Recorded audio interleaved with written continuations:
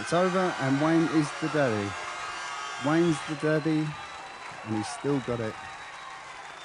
Without trying to sound too biased though, when you look at history and the first ever 10k challenge, it almost seems fitting that it's Wayne Otto, doesn't it? Yeah, Tiki? yeah, it does. He deserves it. Look at him. And it's just a shame that karate wasn't in the Commonwealths and the Olympics, because that's the one thing Wayne would have loved, was an Olympic medal. It's like going back to how it used to be in the British Championships. You only had one winner. There was no categories.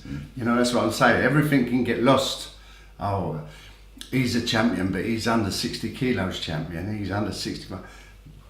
This is the one winner, you know, and it's proved that it's not always a heavyweight that wins it. I mean, I can remember the Paul Newby and Rory Daniels fight. It was a brilliant fight. Newby was, you know, tremendous in it. And there's someone who's 6 foot plus, and it brings out the best in people. And I think this is why everybody loves it, because it's not this weight category. It's not this, oh, well, you're part of that, and I'm not really interested in that because that's not my weight category. Everybody's interested in the 10K because there's one winner. Yeah.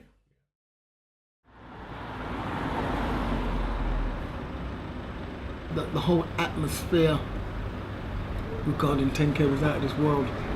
You know, it was like something. It was at the Mermaid Theatre, I believe, in Blackfriars. And as you walked in, you walked down into tiered seating, and there was one area. There was tables around. It was an evening event. People were hyped. I mean, is this really happening? Somebody's going to win 10 grand today. Now, not everybody else wanted to win, but I needed to win. Wayne, as you said, retired 2 years ago, come out for this. Realistically, can he still take this? Well, we've just been to Iran, and he fought there, and he fought very well. And there he goes through his ritual.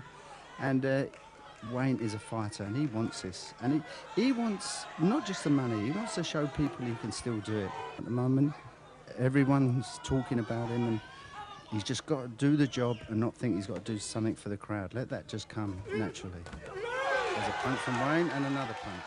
I remember my first fight being a fighter that I know, that I grew up with, Winston Williams. It's not a fighter that had ever given me any bother in the past, but again, he's not someone that you would take for granted. And if you get caught sleeping, he will take you out.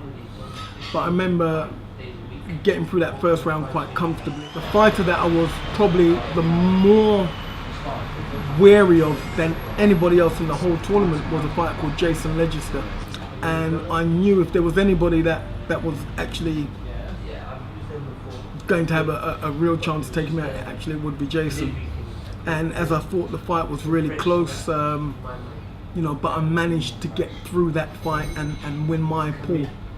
So having got through that fight, that was my first milestone. The second fight, quarter-final fight I had, was with a fighter called Davin Pak. At the time he was, I think, world and European champion as well. By the time I'd got to Davin, I was knackered. I was really tired. You know, going through the rounds and the tension and everything was really hard. And I remember there were certain points in the fight where there was bouts of lapse of concentration. But again, digging deep and knowing what I know and using my experience, and obviously, you know, tapping into the energy that I have in my reserves, I was able to come through that round. And the final was against Leon Walters. He is the one that I would have expected to come through on the other side. At the time, he would have been the biggest name in karate. Again, someone that I coach regular for the England squad, and so this is somebody that I know. But I wasn't so worried about Leon, to be honest. I already knew how to beat Leon, and I remember looking over to the other side and watching Leon pace up and down, pace up and down.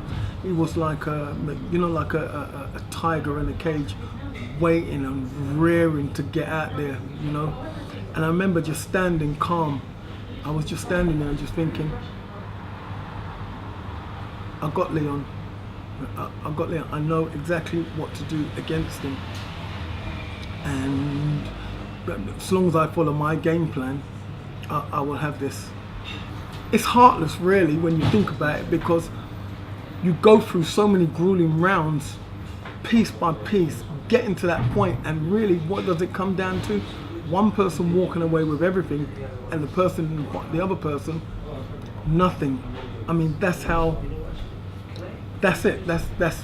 That is it in a nutshell. And I suppose that also is what makes the tournament unique, in that it is so cutthroat. You do have to perform on that day, because if you're caught slipping, you're walking away with nothing. And you can go through all those rounds and get to the final and still walk away with nothing. So I remember I was very young. I might have been about 7 years old, so I think I would have just started karate myself. But at that age, I'd never seen my dad fight, but I understood that he had a great reputation, and I understood that people looked at him as if he was, do you know what I mean, this big figure. And I think I was scared for him to tarnish that, to lose that. So I covered my eyes through every single one of his fights just because I was afraid of him to lose. Not because I didn't believe he could win, but I was a child, and the thought of him losing was more scary to me. So I'd rather just not watch the fight, but not even by choice. So I remember when he stepped out to fight Jason, and Jason looked so angry. Like I remember thinking, like, Jason looked like he's gonna hurt my dad. But me and Jason had a good relationship at the time, but I don't understand the concept of being a competitor and professionalism. You know, so it all felt very like personal to me. I covered my eyes so quickly, but so I don't actually remember seeing any of his fights. I just remember after he's won, so him winning. You know, someone told me that he'd won, and I remember him, you know, shedding some tears. And I asked, you know, why is Dad crying? And he said, no, it's okay, they're happy tears. So, you know, I remember the environment, I remember the atmosphere, the crowd was huge, you know, so yeah. I think I was browsing through Facebook, and I saw the post. I can't remember exactly what the post said, but the post said, you know, the 10K is back. At first I didn't believe it. Then I got a phone call 5 minutes later, obviously from Jordan, and that's when it became more real. You know, that the idea of competing in 10Ks is a real possibility now, and something that is really coming around the corner. You know, but as I said, the whole thing it's exciting. You know, the scene's been missing something like this for so long. I feel like events like 10K have the potential to spark that again, because it's given everyone something new. You know, it's very beneficial for the scene. I'm happy it's back. In my head, when I envision 10K as well, I don't envision an easy path. Do you know what I mean? I don't envision me cruising through rounds and then I get to a final. In my mind, I'm taking like everyone, like every single big name you can think of, first, second, third, fourth. Because even when I think about my dad's 10K, that's how we did it. Remember, he had Jason, Davin, Leon, like back to back. So in my head, you know, I'm taking out everyone. I know it's not going to be an easy day, but I believe on my day, can definitely do it. The 10K Karate Clash returns on the 16th of the 4th, 17. The Troxy, London. 32 Elite, one night only. 10K, winner takes all. Tickets available now from combatandstrength.com.